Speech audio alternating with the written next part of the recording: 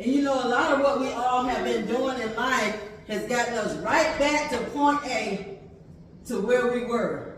So we know we got to do things differently. And you know, in life, we have our life planned out. You know, some of us, when we're in high school, we like to go to college. You know, I'm married my high school or college sweetheart. And then, and then we say, I'm going to get this career job that I went to college for. I'm going to get the career job that I'm going to retire. But what do you do when what you thought you were going to do in your life didn't work out the way that you planned? What do you do? We thank God for the scriptures, Romans 8:28, because it says, for this we know that all things work together for the good. So when we're going through life, and life doesn't turn out the way that we thought it would, then we know that God has a plan for us. We didn't follow that plan. But it's good for us to have dreams for our future, and it's a good thing to have our life planned out to a certain extent. But we got to be able to let God interrupt our plans. That's what we have to do. Let God interrupt the plans. What do you do when your life doesn't turn out the way that you want it to? Everybody been in that situation where you thought your life was going to be like this, and your life actually turned out like this.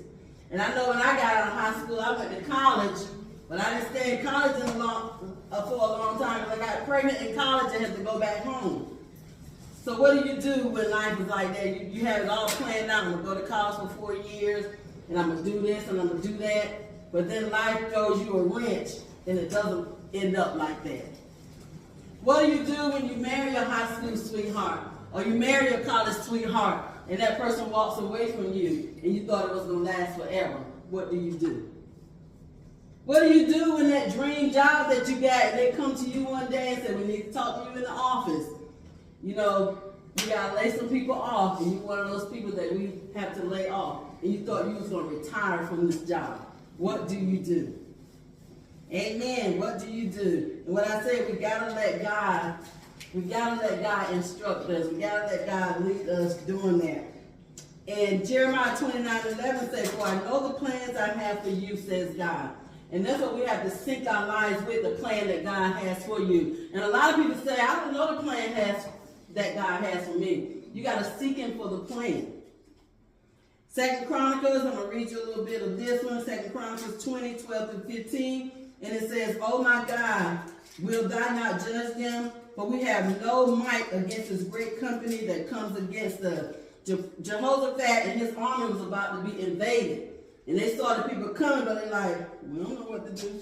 But our eyes are upon thee. And then it goes down to verse 15, and it says, said the Lord unto them, be not afraid or dismayed by reason of this great multitude, for the battle is not yours, but it's God's. And that's what we have to realize. The battle is not ours in this life.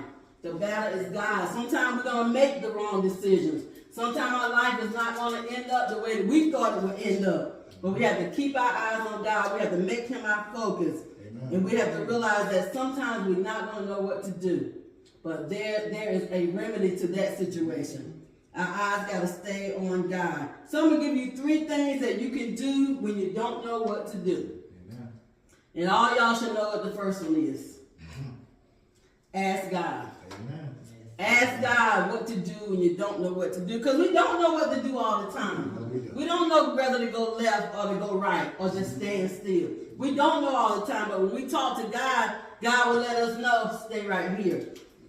James 1:5-8 in the Amplified says, if any of you lack wisdom to guide him through a decision or circumstance, he is to ask of our benevolent God, who gives to everyone generously and without rebuke or blame, and it will be given to him. But he must ask for wisdom and faith without doubting.